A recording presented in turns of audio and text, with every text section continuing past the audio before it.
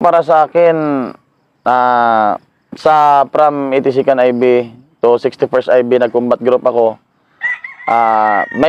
Marami akong encounter sa mga unit ko na yan. Pero yung hindi ko makalimutan, yung dito ako sa 12 IB talaga. Nung July, June, July, yun yung mga time na yun na kakaupo lang namin dito sa Kalinog, sa part ng Iloilo. Yun yung hindi ko makalimutan na encounter namin doon sa may part ng Haniway, sa sitio Pawara, yung time na yun. 2020. Oo, 2020. Ano yung kinukonfront niyo dati ng mga kalaban?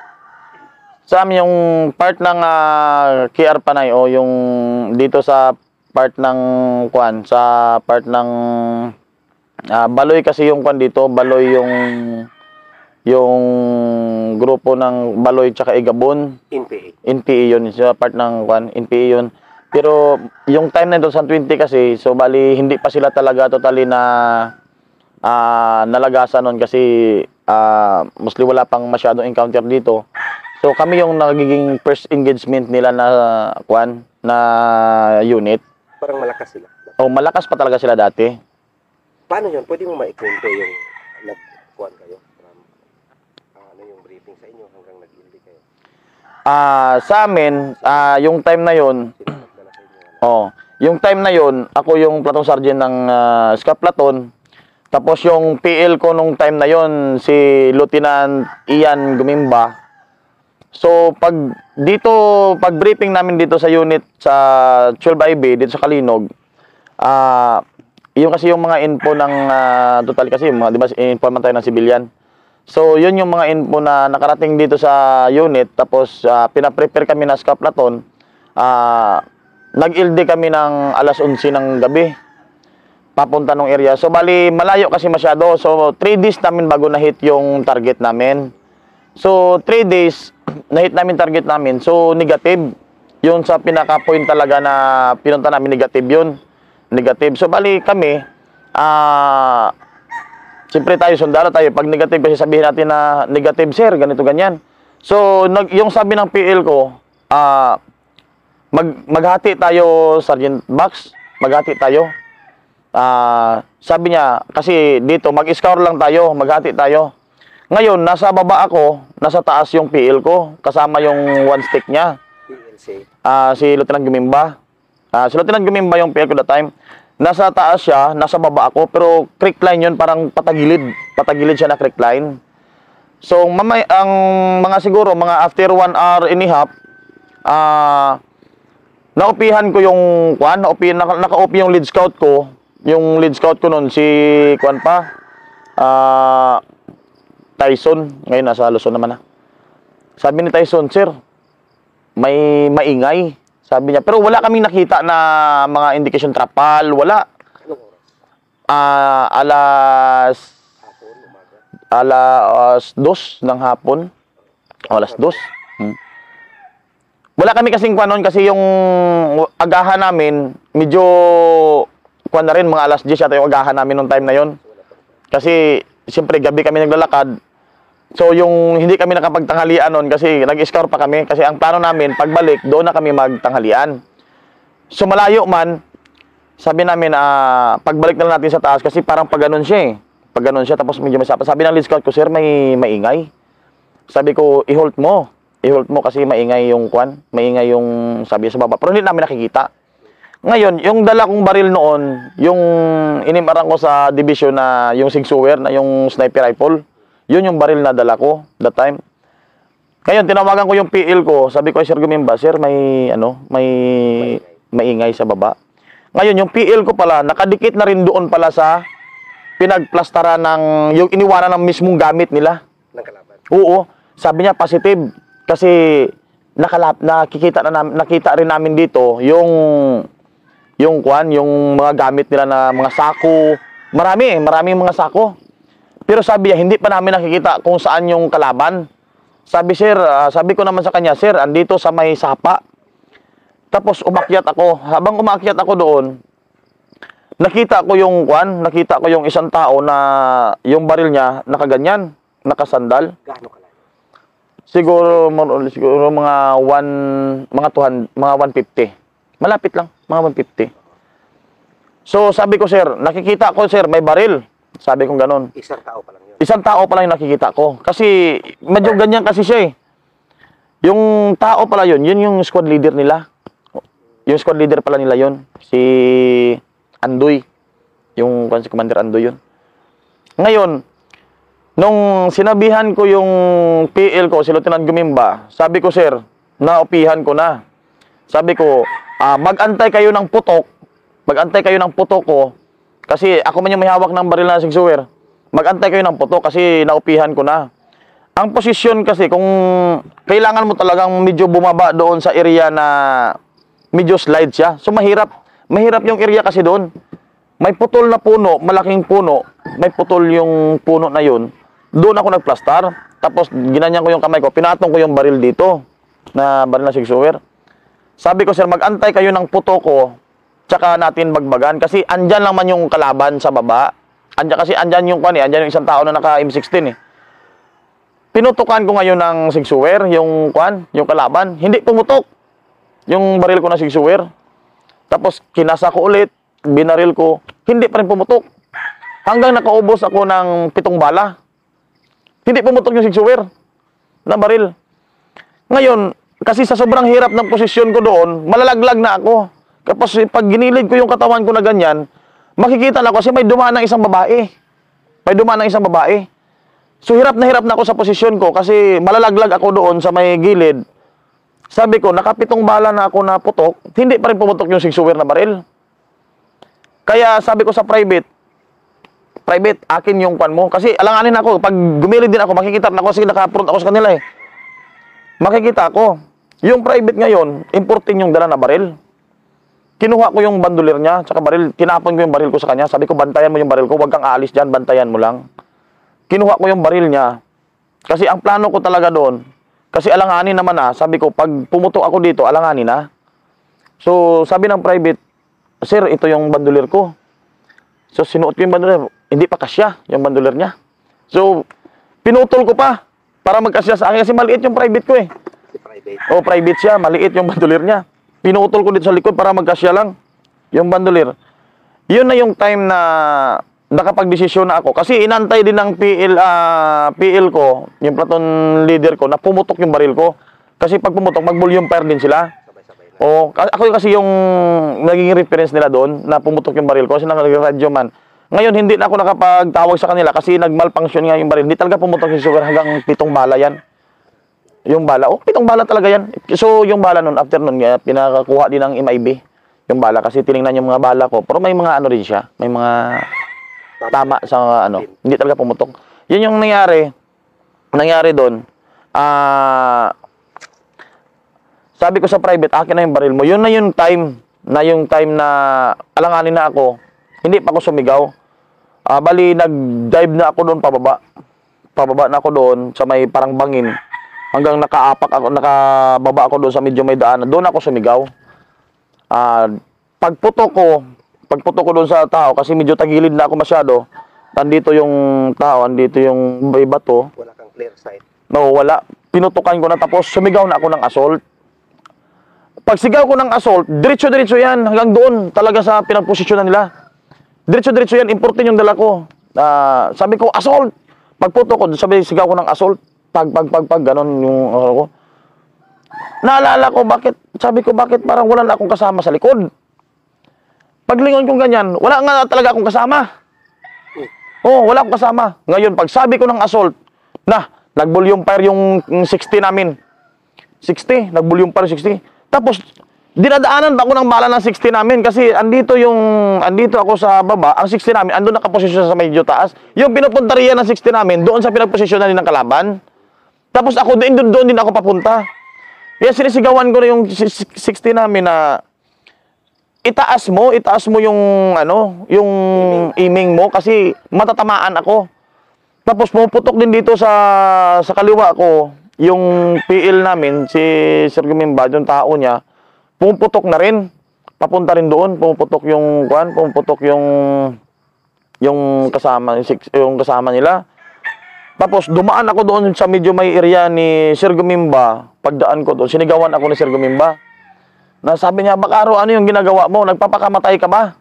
Siyempre ako sa atin kasi mostly na pag andyan na kasi yung kalaban, medyo mano na tayo eh. Hot na tayo doon eh. Tapos sinabihan ko si Sir Gomes na, Sir Gomes, sabi ko, awa yung hanap natin dito. Ngayon andito na. Oh. So ako pinupurso ko talaga na mag-assault. Wala kasi akong kasama doon yung time na yun na nag-assault. So mag-isa akong nag-assault. 14 yung dala ko. Yun, mag-isa akong nag-assault doon hanggang napuntahan ko talaga yung area nung kalaban na yun. Sabi ko nga, yung kalaban before sila mag-withdraw, hindi man nila ako tinatarget kasi yung tinatarget nila, yung 60 namin. Yung 60 talaga namin yung tinatarget nila. Kasi advantage kasi sila eh, may bato kasi malalaki. Tapos yung time na yon, so diretso ako. Diretso akong assault noon. 3 beses yata ako sinagawa ng platoon sergeant PL ko, nung platoon leader ko na mag-cover ka. Sabi niya gano'n, kasi ongoing yung fight, tapos nag-response yung kalaban. Oh, nag-return fire sila. Sabi niya magtago ka. Pero ako hindi ko naisip na magtago na yon kasi sabi ko kung magtago pa ako, hindi talaga namin makukuha kasi hindi na mapupursot yung hindi mapupursot yun kasi sabi ko nga wala na, alanganin na kami sa oras, alanganin na kami sa time kasi tatalon man din sila eh. So mahirap yung terrain dito talaga sa part ng sa part ng Capiz, mahirap yung sa part ng dito sa Iloilo, Lambunaw, Haniway, tsaka Kalinog. Mahirap talaga yung terrain dito. Marami yung sumubok dito ng mga mahirap talaga. So sabi ni yung platoon leader ko, magtago ka. Iniisip ko kasi na kailangan kong i-assault yun kasi sabi ko sayang naman. O sayang naman yung encounter. Pero wala yung pag-dating ko doon, wala nang kalaban kasi parang alam mo yung parang siya talon. Talon siya na maliit dito, tapos dito may maraming mga bato na malaki. Tapos nagsitalunan sila doon sa may baba. Hanggang napursot ko yung pinagplastaran nila. Nakuha namin doon yung 3 baril nila. Mga typewriter, may mga pang Xerox pa eh. Marami yung mga... Ano yun, kampo? Hindi siya kampo. Yung baga, parikwan kasi yun. Hindi siya kampo. Yung parang doon sila susunduin. Parang meet up point? O meet up point nila. Doon sila susunduin nung time na yun. Mga more or less gaano sila? Estimated lang sa... Mga 14 kasi yung nakita namin doon na toothbrush nila, nasa 14 eh. Yung mga gamit nila lahat eh. 14 na toothbrush na yung nakita namin doon. Tapos, yung duya nila nasa 12. Iwan lahat yun? O, iwan lahat yun. Tapos 3 baril, isang AK-47. Ang nakuha mo? O, isang M16. Tapos, garan. Pero walang body count yun? Walang body count kasi nga, dito kasi tumalon sila pababa. Yun yung hinahabol mo? Yun yung hinahabol ko na, pinursot ko sila na assault. Kasi sabi ko, hindi mo talaga sila matatamaan din kasi, hindi mo sila matatamaan kasi maraming bato kasi malalaki. Kaya yun yung time na nakapag-isip ako na sabi ko, kung magpapatuloy yung fight namin, hindi talaga sila matamaan na ganon kasi sabi ko nga, advantage sila masyado. So yung point talaga doon na kailangan mo talaga na i-assault kasi sila, sabi ko pag hindi mo in-assault ito, hindi talaga sila makukuha. So yun ang nangyari. Ang nangyari doon na So, nung time na yun, saan nanggaling yung tapang mo na gano'n? So kung alam mo, ongoing fight. mostly kasi sir, ako kasi, yun yung palagi kong sinasabi sa mga tao ko na as a leader ka kasi ng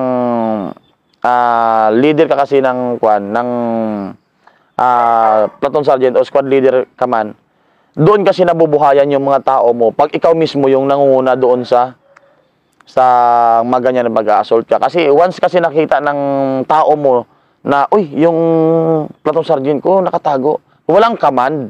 So pag walang command kasi, hindi sila mabubuhayan ng loob, dugo doon. Pangalawa din doon, yung sitwasyon din sa area. Oo, sitwasyon. Mahirap talaga yung sa area.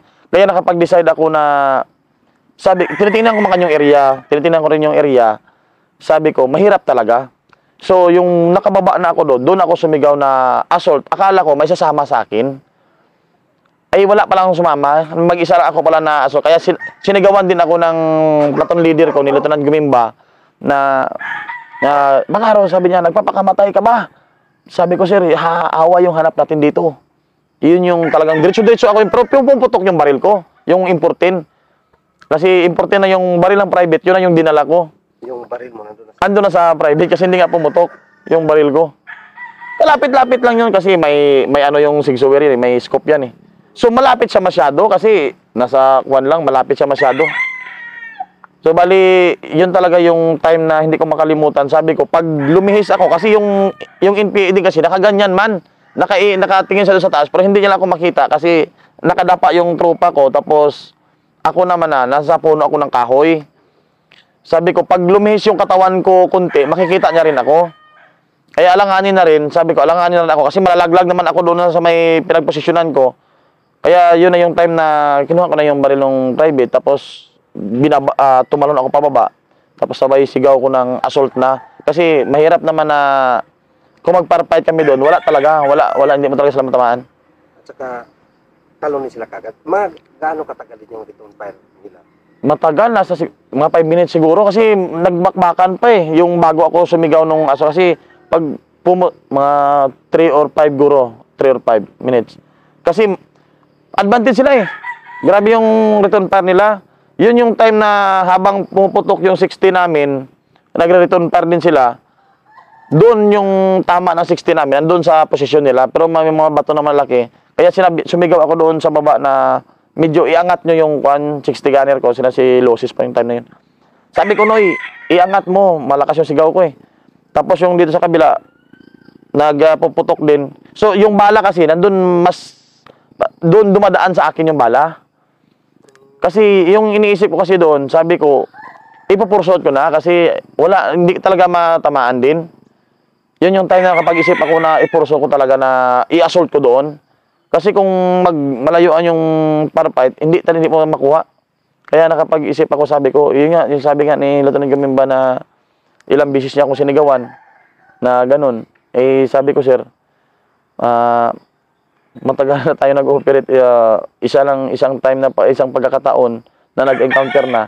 So ganun yung reaction ko. Kasi mas sa mga previous unit ko man kasi talaga, yun din yung mga ano ko talaga na, kasi sabi ko kung yung kalaban kasi na halimbawa para fight ngayon, hindi man talaga magtatagal yan, lalo pag NPA lang talaga yung kalaban mo. Hindi magtatagal yan, tatakbo yan. Kaya sabi ko, pag once na sumigaw ka ng assault yan, sigurado yung NPA, hindi talaga magtatagal yan. Sa mga previous unit kasi private ako, so marami na encounter doon sa 82nd na naranasan ko, 61st. So baling, yun talaga yung ano ko hanggang ngayon. Ano yung kuhan mo, Quadron Master? Yung pag ikaw yung pinakauna na-clear doon, nakuha mo, anong nakuha mo na baril doon? Yung 3 baril, Oo, 3 baril. Andun na sa gilid ng 3 baril eh. Andun na sa gilid. Ano yun? Talagang maganda yung disco rin kasi pwede kang ma-meritorious. Oo. Yun, pagbalik ko dito, kaka-promote ko lang ng 2019 sa Rinto, tapos diba 2020 mga minag-encounter. So, para sa akin, binigay ko na lang yun sa mga tao ko. Yung may mga tao kasi ako dati na senior ko pa, na hindi sila na-promote. Oo. So, isang baril, isang promote. Isang na-promote sila kasi inati-hati ko na sa mga senior ko na mga korporal. Sabi ko, ito sa'yo, para ma-promote sila. Tapos nung pagdating dito sa unit, binigyan ako ng 1 month na break kasi dahil nga doon sa mga history na si ganito ganyan, siya yung nag-assault doon, siya binigay sa akin yung 1 month na break, pero hindi ko tinanggap yun. Kasi hindi lang man ako yung nag-away doon, sabi ko, i-raffle natin. I-raffle natin sa buong scout platon. Siyempre, yung binot-bunot, yung nakakuha, kabats ko pa rin. So, sa kanya napunta yung 1 month. Pero sa akin, binigay yun ni Sir Estrada yung time na yun. Binigyan ako ng 1 month kasi ako yung platoon sergeant.